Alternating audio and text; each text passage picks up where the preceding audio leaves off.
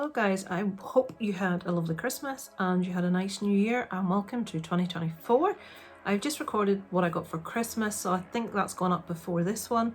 So this is going to be everything I have watched from the 20th of December onwards. I think it's 12 days. I believe 27 things watched. I think there were 2 TV Christmas specials, 3 documentaries, and the rest were 3 TV series, and the rest were movies. So let me say before I start, in my top 10s, there were some glaring omissions of my favourite movies of the year. The Whale didn't come in there because it's listed on Letterboxd as 2022, even though I don't think I probably saw it till 2023. I can't remember. Man Called Otto, things that are listed as being the previous year. My Horror Talk to Me didn't. I loved that movie. I thought it was amazing, even though obviously that was this year. I don't know why the oversight.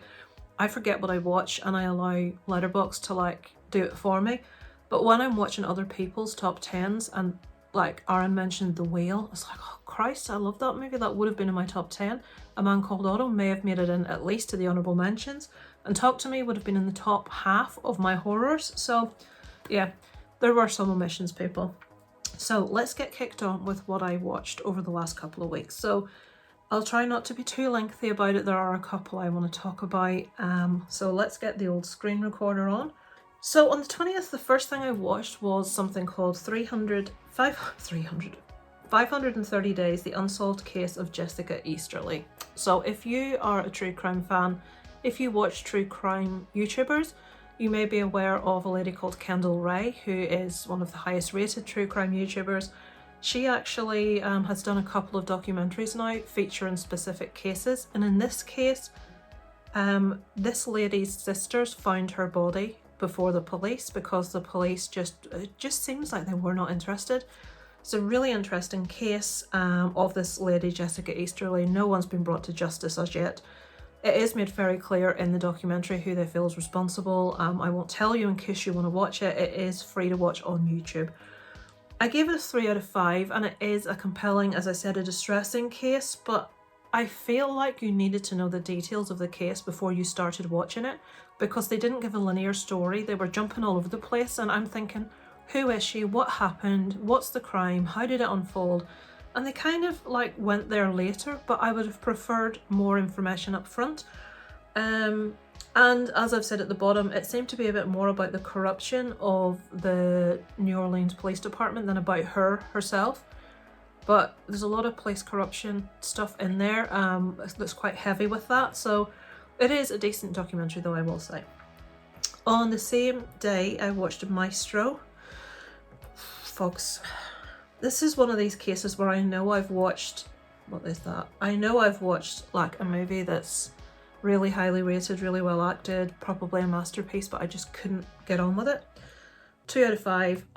Obviously, as usual, for proper context, here we go with people I know and what they gave it.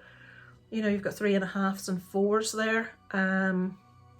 Jonathan's given it a 4. Sin hasn't actually given it a rating there. It's another 4.5. So now, I have said this before, I don't know if maybe I have to be in the right mood for a certain type of movie. There's no denying that the lead performances in this are spectacular, are fantastic, and Bradley Cooper has just got this performance perfectly. I always go to try to find footage of the real person. So obviously this is, if you're not aware, this is the story of Leonard Bernstein. He was a very famous, mainly known for conducting. I did read that for one specific famous scene of this, that Bradley Cooper actually took years learning how to conduct. Can't remember if it was a 6-minute or it must have been a 6-minute piece of music, which is a complete take, it's all done together in the movie, and he just followed it to the letter.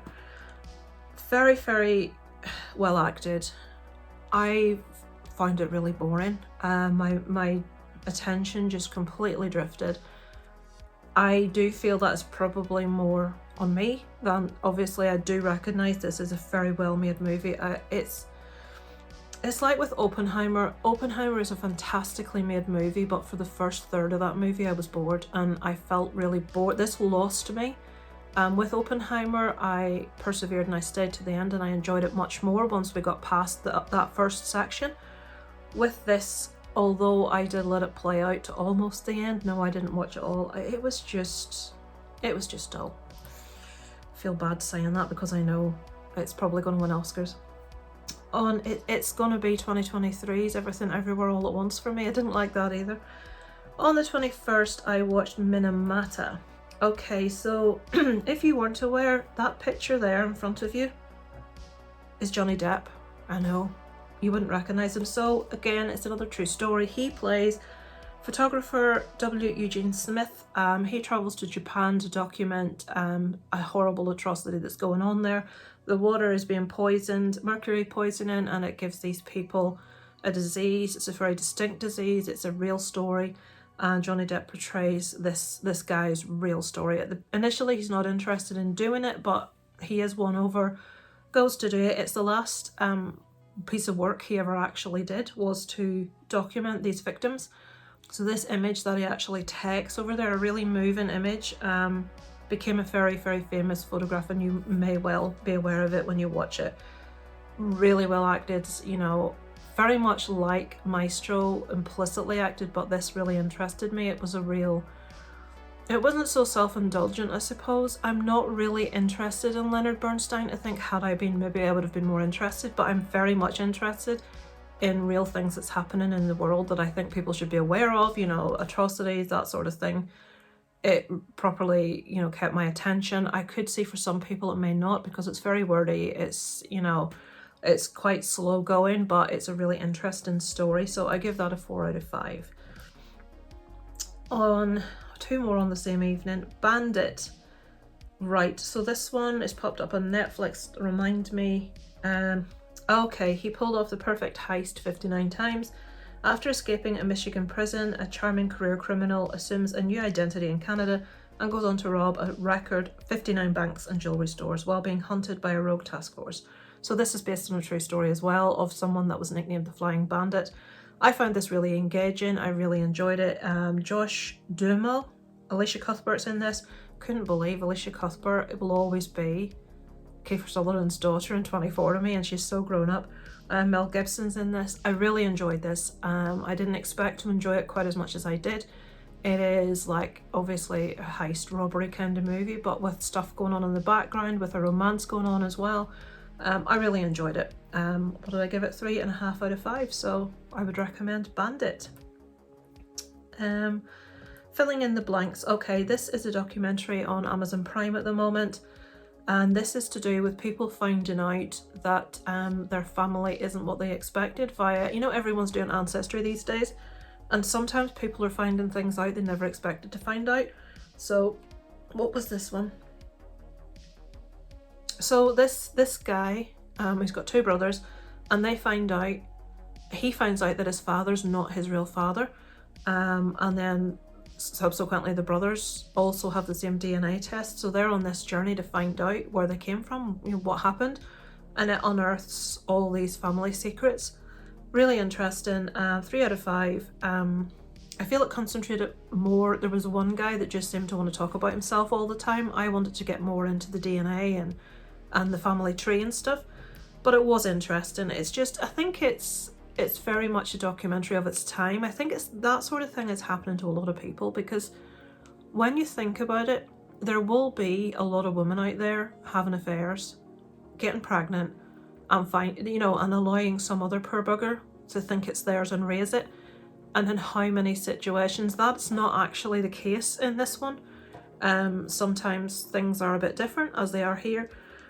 But I think it's something that probably happens a lot these days. Thanks to Ancestry, these things are being uncovered. Maybe that's a bad thing. I don't know. Maybe it's a good thing.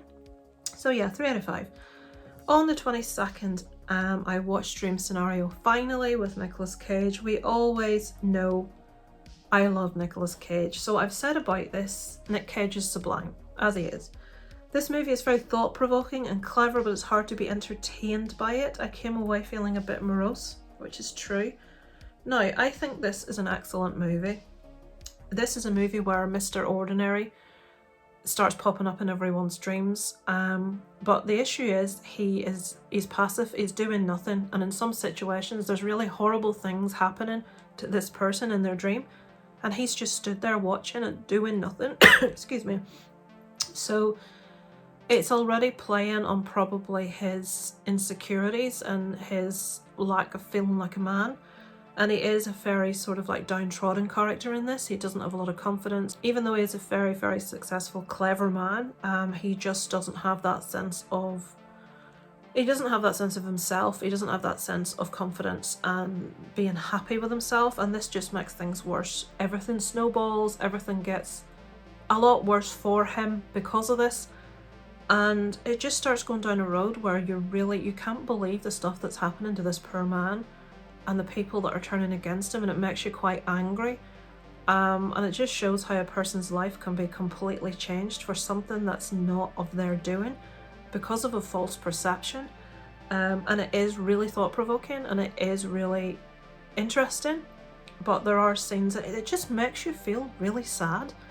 And you don't come away feeling uplifted, or you just come away feeling desperately sad for this character. Now, in saying that, it's sublimely acted, it's fantastically acted, it's really interesting, it raises interesting questions, but I probably would watch it again purely because I love Nicolas Cage and I think his acting in this is superb.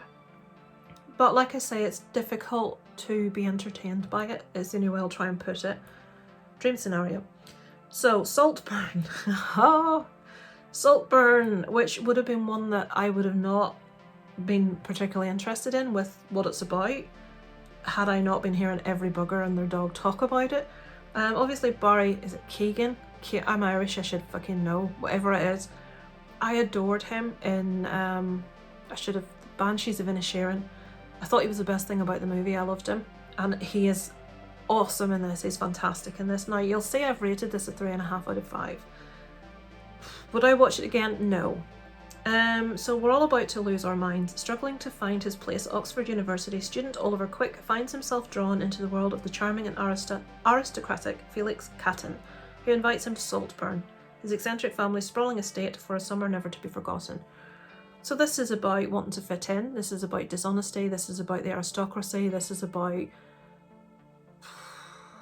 debauchery, there's a couple of scenes in this. Now, I heard people talk about this as if it's, oh my god, this is absolutely awful and you will never see anything worse. I've seen so much worse. It's not that offensive. In saying that, you would not want to be watching this with kids, with your parents, probably. Now, I did watch this with Starren, and there was one scene that was, it was stomach churning. It was like, oh my god, no. But I've seen much worse, it has to be said. The acting in this is fantastic. The place looks beautiful. I enjoyed the story. I enjoyed where we went at the end. I thought it was really interesting. I was kind of on the fence until the last act, and where we went in the last act really rescued the rest of the movie for me. And saying that, it was really well acted, it looked beautiful, everything was spot on with it.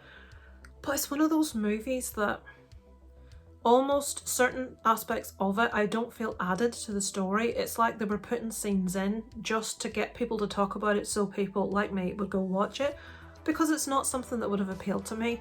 I probably would have maybe seen it eventually, but I wouldn't have made a point of trying to get out and see it as soon as possible. But yeah, I think those scenes that were in there, there's a scene at the end that's brilliant, I love. But there's a couple of scenes that will make most people go, ugh, ick. It will give you the ick.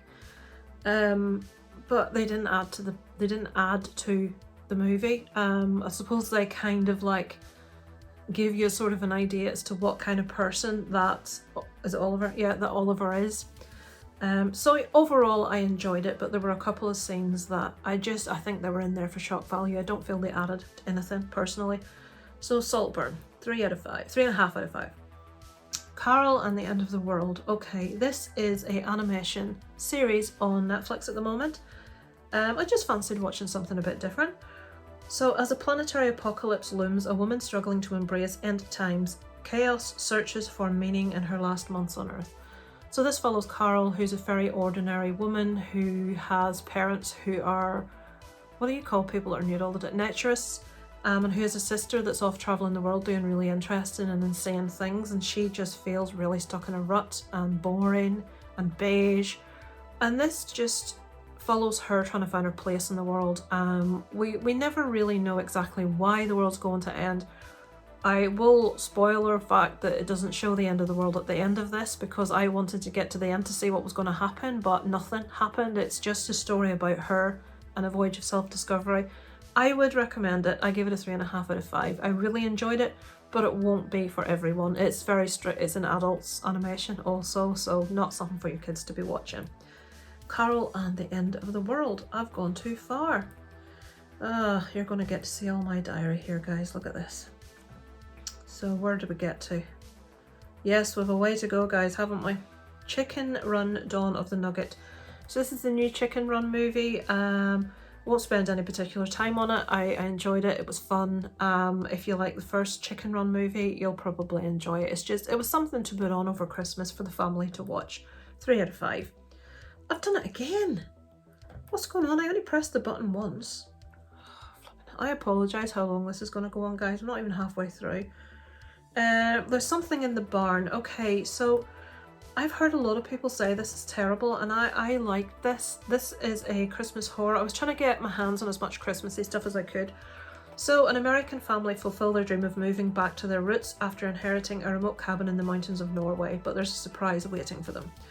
So I have heard people say the characters are just all not likeable. That's true. They're not particularly likeable, but overall, I liked the story. I loved what it is that was in the barn. I'm not going to tell you anything about this, but there's something in the barn, obviously with the title. I loved the story. It had aspects of Rare Exports for me. Obviously, it's nowhere near as good as Rare Exports, which is an incredible Christmas movie, but I enjoyed this. I had fun with this. It's not the best thing you're ever going to watch, but 3 out of 5, I enjoyed it, so I would recommend, guys. Obviously, it's Christmas, so maybe leave it for next year. Where are we? Your Christmas or Mine 2. 2 out of 5. It gets a higher rating than most romance movies do in my book. So I did see this, the first one of this, whenever it was released, maybe last year. So the girl in this is from a very sort of working class family from up north, which my husband's from a very similar area. The guy is from quite a rich background, and in this movie the families are getting together to go skiing in Austria, and all sorts of stuff's going to happen. I can see my own breath. It's that cold in this house. So yeah, it was okay. It's entertaining enough. There are really predictable parts in it. I do like the really common Yorkshire family in this. I think they're from Yorkshire. If they're from Lancashire, Darren will kick me arse.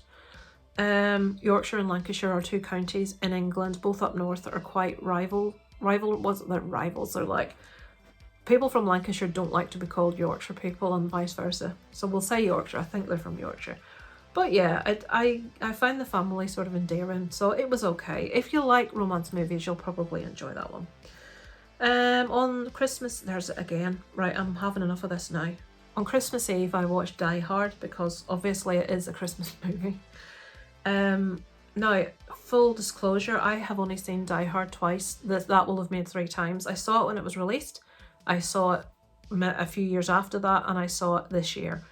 I knew I always loved the movie. I rewatched it. I still love it. I think it's fantastic. Bruce Willis is brilliant in it. The amount of actors that they had cast or wanted to cast as John McClane before he got it is ridiculous. Go onto IMDb, go to the trivia, and read the actors that were meant to get that role. And Robert De Niro was one of them. Al Pacino. I'm not going to go on anymore, but I mean, people that would not have worked in this role, the movie would have just been about them and not about Die Hard. I think they made a really good choice with Bruce Willis. So the next 2 I won't open up. Father Ted, A Christmassy Ted. Father Ted is pains me to say, British comedy show. The reason I say that is because it's about a group of priests in Ireland. I would really love to say this is an Irish comedy show, but it isn't. It's made by 2 English guys, I believe. About 3 priests that live in a parochial house on an island, and it's just hilarious. And this is one where one of the main things that happen is a group of the priests go the wrong way and get stuck in a massive lingerie department. Apparently it's the biggest lingerie department in Ireland, and they're wondering how they're going to explain what they're doing stuck in this underwear section. I love it. It's completely up my street. It's completely my sense of humour. So I watched that. I watch that probably every year. The same night I watched Blackadder's Christmas Carol. absolutely love Blackadder. It's one of my, if you're in America and you've never seen Blackadder, it's a very quintessential English-British comedy show. Very dry, very sarcastic. Rowan Atkinson, who plays Mr. Bean, is the star of it, but completely different from Mr. Bean. Really clever, really dry, really witty. So I watched that. Finished off Christmas Eve evening with Violent Night. Now, I saw this last year at the cinema, but my husband didn't, so I sat down to watch it with him. This is obviously David Harbour as Santa. I felt pretty similarly about it as I felt last time, a 3 out of 5. I wanted to like it more than I did. I did enjoy it, but a few of the characters were a little bit too comic book for me.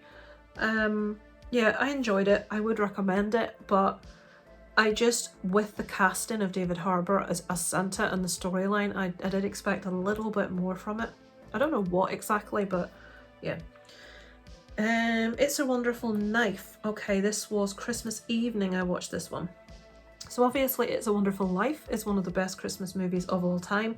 This very loosely bases its story on that, in that someone wishes they'd never been born, and then they get to see life how it would have been if they'd never been born. Now, I gave this a 2.5 out of 5. I liked the story. I liked the lead actress's performance. I liked, what's his name, Justin Long in this. He was really overhammed it up, and he was just a really loathsome character.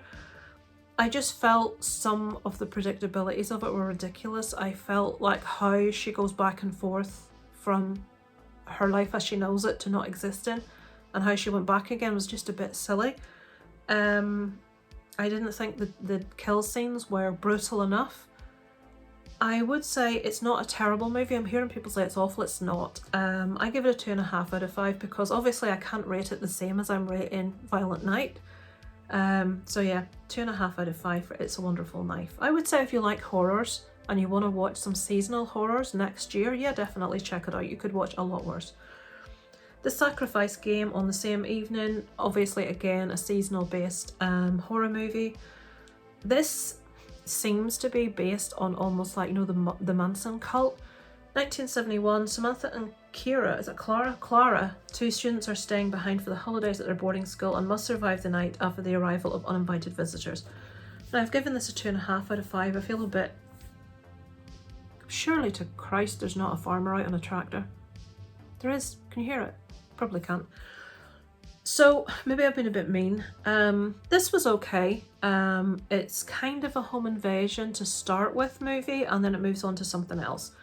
These people are trying to follow a specific ritual to do something, to raise something. Again, I do feel they could have done a lot more with it. There is a supposed twist that you can see coming from a mile off. It was entertaining enough. I did watch all of it. I would recommend it for Christmas viewing for horror fans. If you're not a horror fan, I wouldn't like rush out. Same with the last one. I wouldn't be rushing out to see it, but horror fans want to see as much horror as we can get our hands on. So for a slot, I'd say yeah, definitely check it out. Leave it until like Christmassy time. Following evening, I watched Gone Baby Gone. Now this has popped up on Netflix. I know I saw it when it first came out.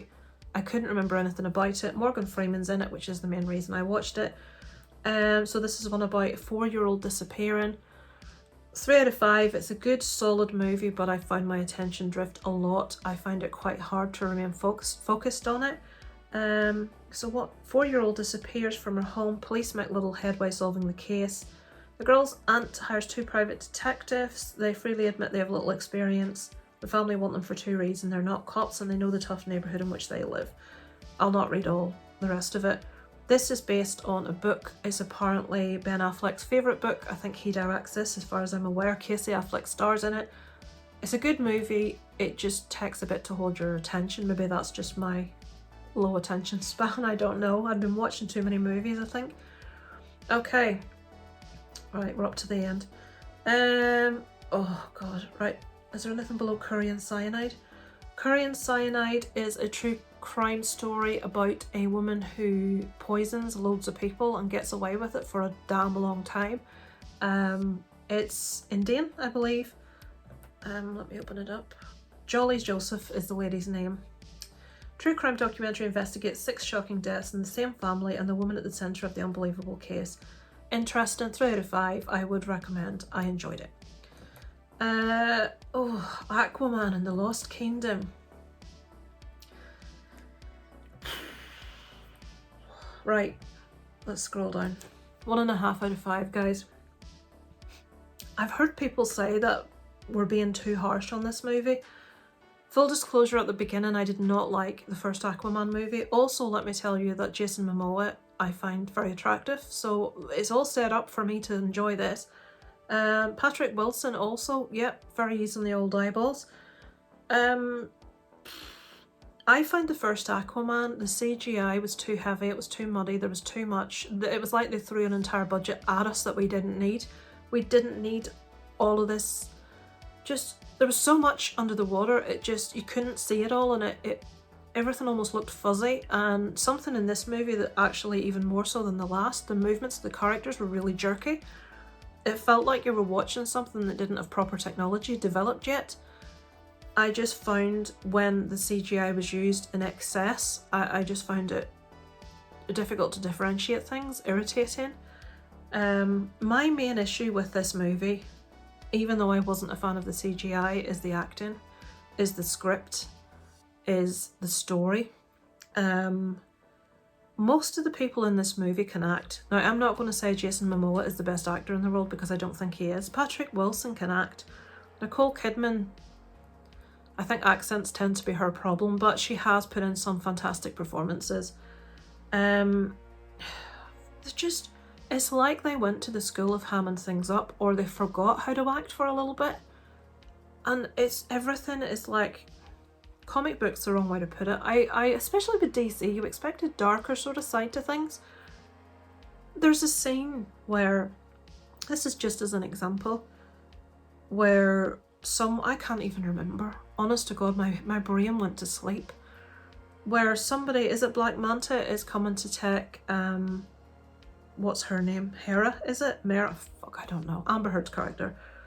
And Jason Momoa really over the top goes either get away from my wife or stay away from my wife, one of the two. And later in the movie same person goes to take his son. And in exactly the same frame of voice and in exactly the same wording, stay away from my baby. It's like, we've heard that line before, we've heard it delivered that badly before, now we're hearing it a second time so we can get a chance to laugh at it. The acting is eye-rolling, it's terrible. The only person that the acting was not bad, and I can't, oh Jesus. Can I say that? Yahya Abdul-Mateen II was Black Manta. His acting was fine, maybe because he didn't have to say an awful lot, but even Patrick Wilson, the interaction between Patrick Wilson and Jason Momoa, now, okay, they had enough chemistry it seemed, but the acting was shocking. It was like people that hadn't been trained on how to act. If you told me or you, right, I want you to act this scene, off you go, it was like what we would do. And I know these people aren't that bad, so I don't understand it. The script was lazy. The storytelling was lazy. The script was infantile. I can't say anything decent about, apart from the physiques on show. How sexist is that? But men do it, so I'm doing it. Patrick Wilson's physique when he came out of that sea. Dear God, why did they not just give his hair a comb? Why did they have to cut it all off? That's my only complaint about that. But no. So yeah, I took my son to see it with 2 of his friends. I'm not sure what his friends thought of it. I think they liked it. Isaac liked it. But then Isaac liked Five Nights at Freddy's, so that's all you need to know. Rebel Moon Part 1, A Child of Fire. I haven't given that a rating because I managed, I think, half an hour, 45 minutes, and I lost the will to live and switched it off. I didn't enjoy anything about it. It looks good, I'll give it that. It looked the part. I was so bored, I switched it off. I'm beginning to think, am I watching too much stuff and am I just losing my attention span? I don't know. On the same evening, Hell Camp Teen Nightmare. This is it's not really a true crime thing, it's a documentary about out of control teens across America that's sent to this really horrible camp. You've probably seen stuff on TV of the same ilk, but this one is particularly bad, where they're putting these kids through absolute hell, and just it comes to light how these kids are being treated. It's all about that. So Hell Camp Teen Night, I give it a 2.5 out of 5. It was okay. The following evening, Walden. Now, I like this. I didn't know much about this one when I watched it. This has got Emil Hirsch. He plays what are they called? Stenographers? Does it say in there? Yeah. So, stenographer is the person that does the typing in court when everything's going on in a weird shorthand, and he plays a stenographer. He's given a diagnosis that he may not live. So he decides he is going to take justice into his own hands of people that come through the court process that don't get justice, that there is no punishment. And he decides, I've had it with this. Now, this guy is really unassuming, is really plain, is really boring, is really never broke the law in his life.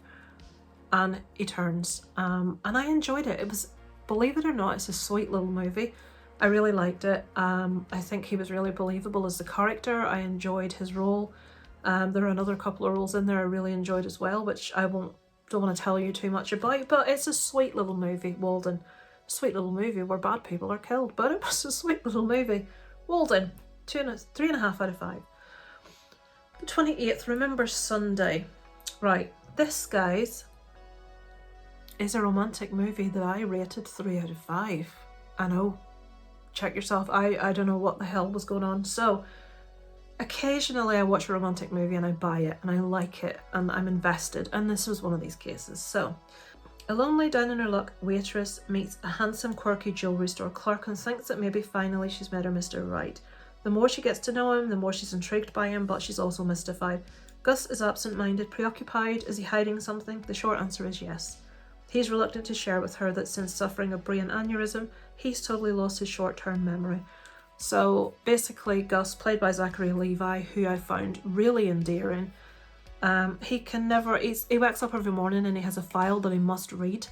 He records every conversation so that he knows what's happened the day before. He remembers old stuff, but he remembers nothing new. So basically every day that he sees this girl, he doesn't know who she is. He hasn't developed that closeness and that sense of, compassion, love, whatever. So he has to read about her every day.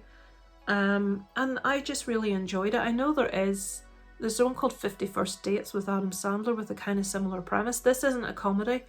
It's just a really sweet movie, and I think because the actor and actress in this really embodied the characters and made me believe them, and you really, when you can put yourself in the shoes and think, Jesus, what must that be like, that you're never developing on what you get that first day, you're just falling in love with this person every single day. But yeah, it worked for me. It's called Remember Sunday. It's a 2013 movie. And yeah, I really enjoyed it. 3 out of 5. I know. What's going on, guys? Queen Pins. This is a true story. This is currently on Netflix. I enjoy anything with, what's her name? Kirsten Bell in it.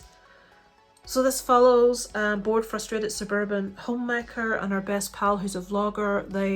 I don't know what you call it, they cut coupons out of loads of stuff to get money off. And they're like the best in the world at this coupon thing. And between the two of them, they come up with this scam that's going to make them a lot of money to do with coupons. And this follows what they do, how they go about it, the money they raise, problems they fall into, and it's a true story, guys. Really interesting. I really enjoyed it. I thought it was a lot of fun. As I say, I do like Kirsten Bell. I find her just really endearing as an actress. Queen Pins. It was a nice little movie. 3 out of 5. I would recommend. And finally, last night I watched 3 of the 4 episodes of All the Light We Cannot See, which is on Netflix at the moment. So this is the story of Marie Laure. She's a blind teenager, and Werner, who's a German soldier. Marie is French, and this is during World War II when the Germans are occupying France, and these two, it's a closeness that they form due to a broadcast that she's putting out on a radio, but his job as the radio expert is to track her down for the army to obviously kill her, do away with her. I haven't finished this. It does require a lot of attention. I am going to have to re-watch some of it. I think I was a bit tired. It is quite slow. It is very wordy. It's very well acted. It looks beautiful. It's filmed in the actual place that it is set. It's based on a book. I know there was an issue that a lot of readers had with the book. One big issue that they correct I don't know if the word correct is the case, but it had the authors, okay. There was just one thing that readers wanted to see that didn't happen in the book that they do kind of correct in this series. Very well made. It probably is well worth your time, but beware when you sit down to watch it. Be prepared to concentrate. I am going to need to go back and watch a little bit. I haven't seen the last episode, so I'll probably rewatch the one I've just watched last night. But yeah, I think it is going to be a good one. I think I could recommend. Also, something I couldn't log on Letterboxd is a new show on Netflix called Berlin. If you enjoyed Money Heist, there's been 2 seasons of Money Heist, which is the Spanish heist program, which is incredible. This follows the character Berlin. It's a prequel to Money Heist and a big job that he was involved in and everything that went along with that. It's not as good as Money Heist at all. Something that really annoys me is there's a character in it, and I think that character goes on to be if you watched it, El Profesor. And my favourite character in Money Heist was the Professor, but they've replaced him with another actor, which really irks me. Now, the guy they've replaced him with is fantastic, but because he was my favourite, now it doesn't ever say that it's El Profesor, but this guy is a professor, so it fits with when you went on to Money Heist El Profesor. I'm just gutted that they didn't get the original actor. They do get a few of the actors from Money Heist in this one. Not as good as Money Heist, but if you really enjoyed Money Heist, I would recommend that you check this one out. It gives you a lot more background on Berlin. Yeah, quite interesting. So guys, that is it. I have talked for way too long. There will not be very many of you that sit and watch this. I do apologise for the length of this. I know a few if you do enjoy them, so I did the waffle for you. So thanks so much for watching, guys. I'm now going to go put my heating on because I'm fucking freezing. I shall speak to you all next week for another weekly watches. Over and out from Lisa Bliss.